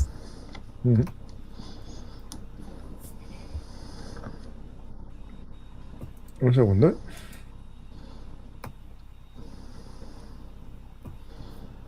Mira, hay una cosa aquí que dice Wall Street Journal. Bueno, esta es una cuenta de Twitter, ¿no? Pro iraní, pero es interesante esta visión, ¿no? Trump pidió un ataque rápido y decisivo contra Irán, que no conduzca a una guerra a largo plazo. Y los asesores le dijeron que eso que esa opción probablemente no existiera. Sí, es el típico Trump. O sea, que sea fácil, rápido, sencillo y que pueda fanfarronear enseguida. O sea, llegar, ganar el campeonato y volver a casa con el trofeo. Y no llevo yo, que lo carguen, que me lo carguen. Que lo lleven acá a cuestas un cargador. ¿Qué poder tienen los lobbies de Israel en este tema? Bueno, yo no creo que tengan tanto ahora mismo en Estados Unidos. Aunque entre los magas no hay tanto movimiento por Israel, ¿eh?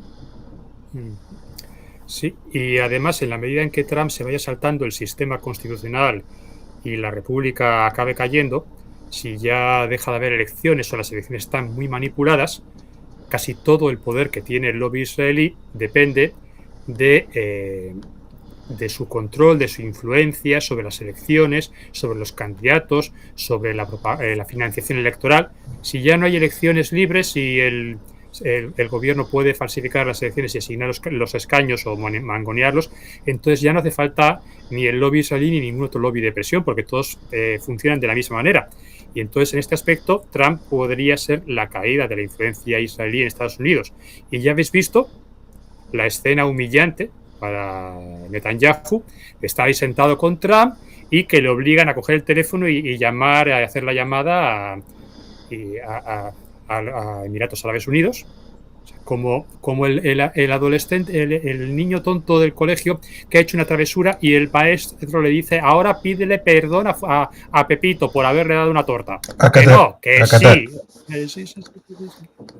Fue el de Qatar. A Qatar, sí. Sí, pero bueno, Qatar no tuvieron permiso de Estados Unidos, que yo creo que le enfadó bastante. el ataque en Netanyahu. Como cuando la japonesa, algún día tenemos que hablar de Taiwán, intentó moverse por su cuenta y Zara le dijo que se estuviera callada y quieta y que no hiciera nada sin su permiso, básicamente. Espera que está viendo aquí una cosa. Estaba buscando más noticias de última hora. ¿Cuál sería la mejor solución para Irán después de los ayatolás? ¿La vuelta del Shah? Ahí no sé, pero el Shah como monarquía parlamentaria o algo así. Pero si no. Ni monarquía, Y la gente no lo ve.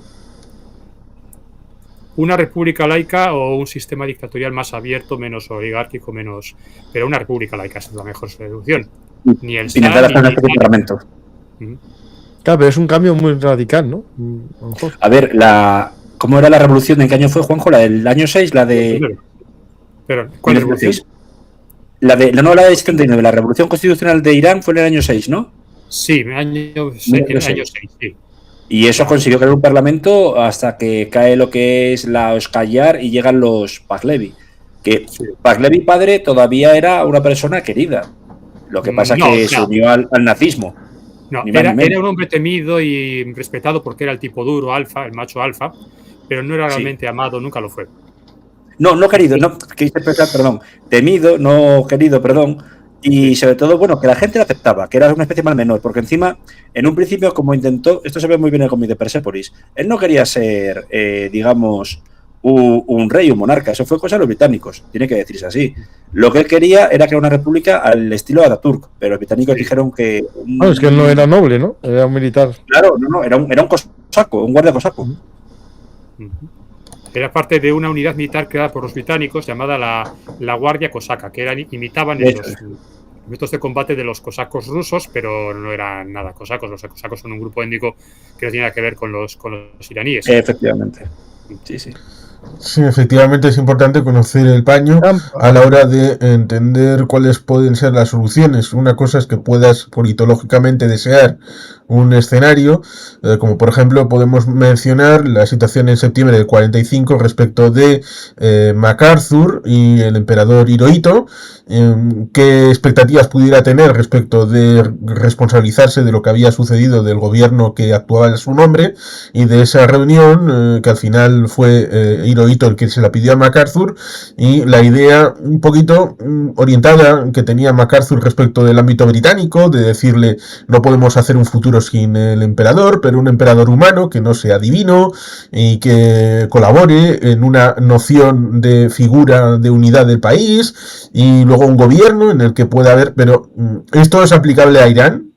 El contexto subyacente desde la era Meiji hasta la época de Hirohito después de perder la Segunda Guerra Mundial es comparable al Irán que de los últimos 50 años, pues evidentemente yo creo que la respuesta es no.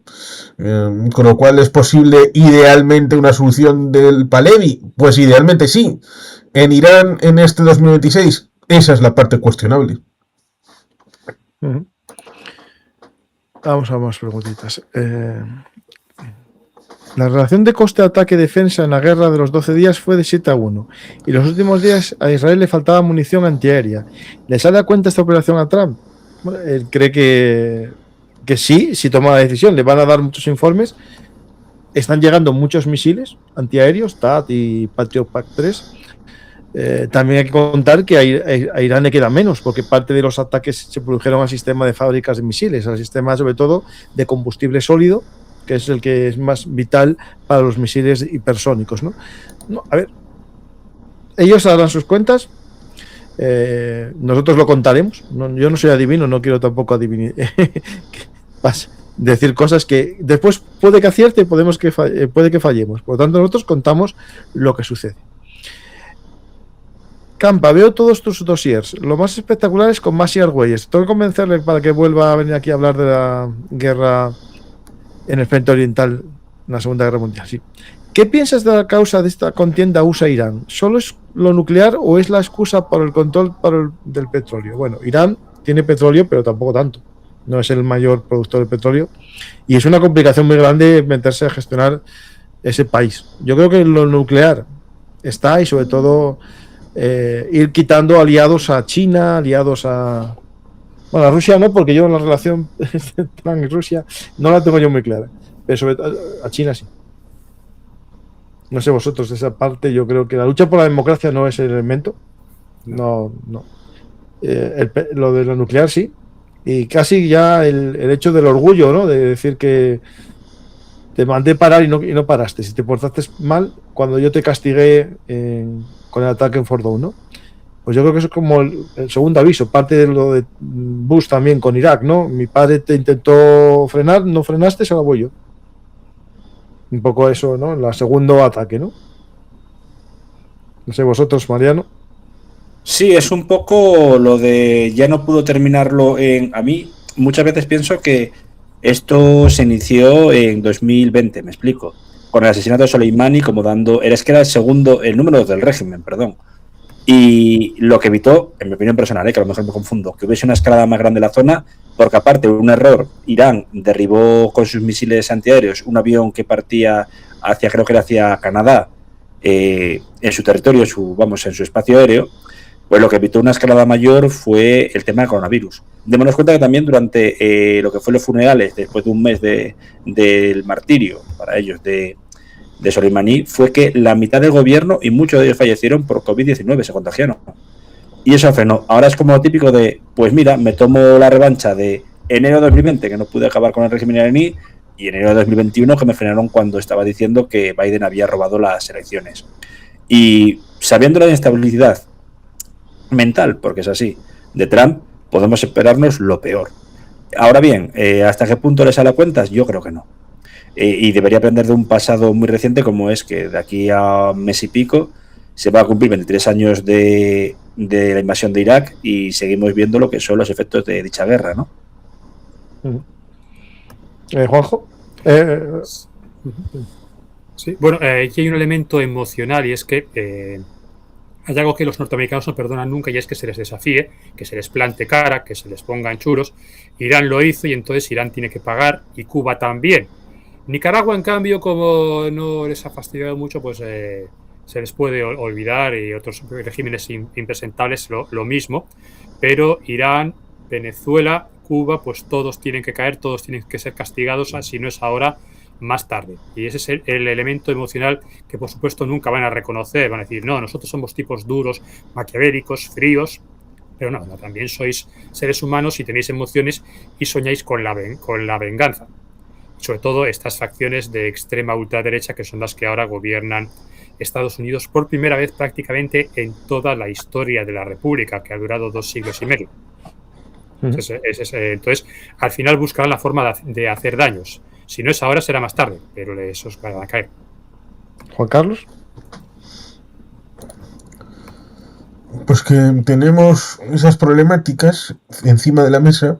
Cierto es que en el caso de Irak, con la invasión de 2003, resulta curioso que ahora tenga más influencia Irán que Estados Unidos, lo cual hace que sea un caso pintoresco y curioso de estas llamadas invasiones imperialistas, los resultados en diferido.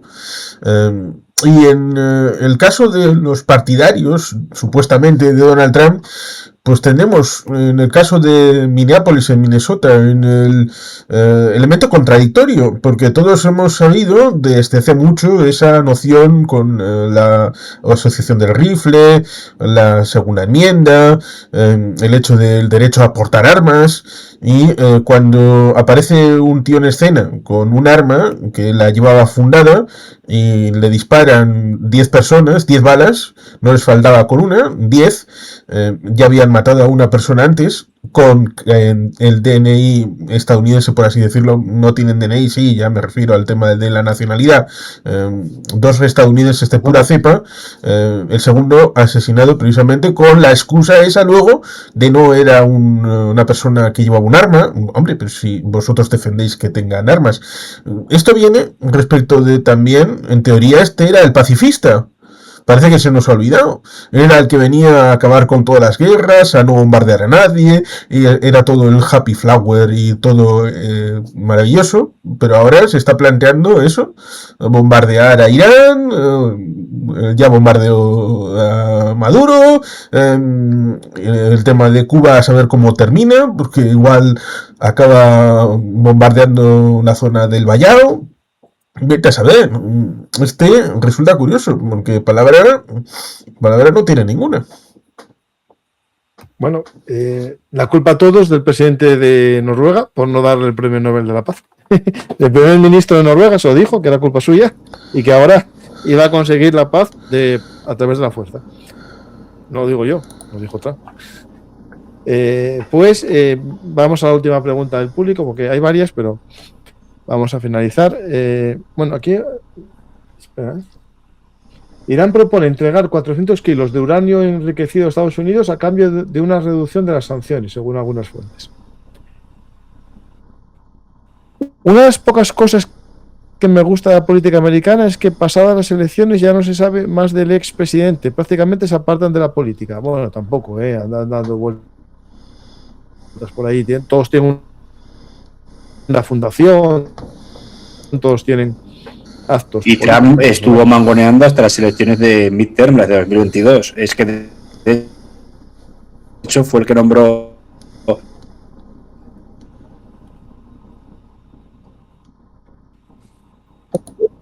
Bush lo dejó, yo creo. ¿Qué, perdón? Bush lo dejó bastante. Obama no, Obama sigue siendo un pero referente. Bush es el rancho de Crawford en Texas y las pinturas que hacía bastante horrendas de líderes mundiales y lo que fue 10 o 12 años después sus memorias, pero no apareció mucho. Y bueno, el funeral del padre, cuando murió. ¿No crees que podía pasar algo peor? Como que otros grupos radicales mucho más extremistas y sí que están preparados tomarían el control, barbudos, estudiantes de Afghani o algo así. Bueno, el ISIS-K está allí, pero el ISIS-K es suní y no creo que sea capaz. El Hezbollah iraní, del que se nutre la IRGC, tiene potencia. Lo que decís del golpe palaciego, pero sería una especie... Realmente los barbudos fanáticos intransigentes ya están al mando, llevan más de 40 años al mando. O sea, ¿puede ir otra gente más bestia? Vale, sí, muy bien, pero tienen dientes, van a tener más dientes, más capacidad industrial y tecnológica que esta gente que está ahora, que son relativamente bien organizados, tienen una buena gestión, bueno, buena, regular, pero tienen un sistema para todo el gobierno que funciona.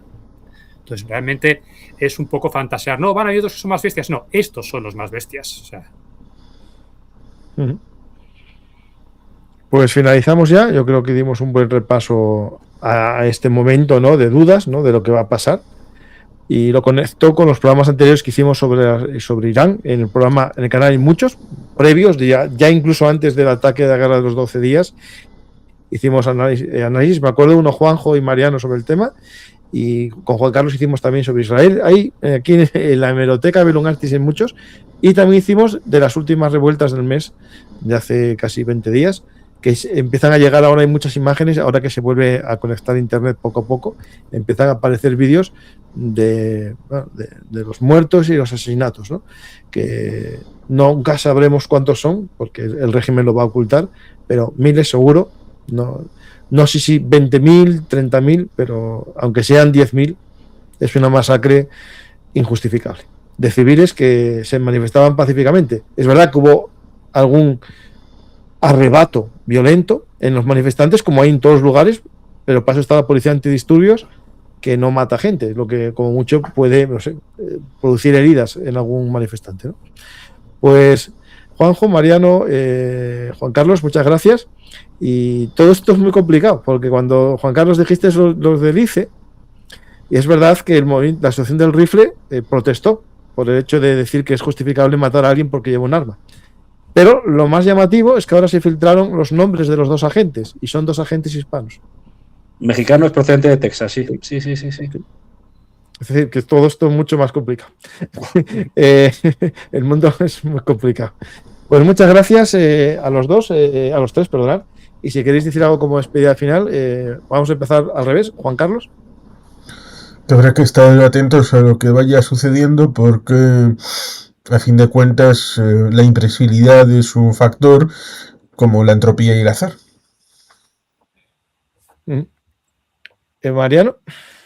Pues que mucho cuidado con la inmediatez que nos llegan de noticias. Desde luego, como bien indicaste, Paco, nunca sabremos el montante de asesinados, no podemos decir muertos, sino asesinados por un régimen represor, pero quizá la caída de un régimen como este, completamente execrable, del que se cumplen 47 años de la llegada al poder del Ayatollah Khomeini, hoy, día 2 del año 79, no implica que vaya a haber un cambio para mejor. Lo hemos visto en Irak y en muchos sitios más, como puede ser Sudán, ¿no?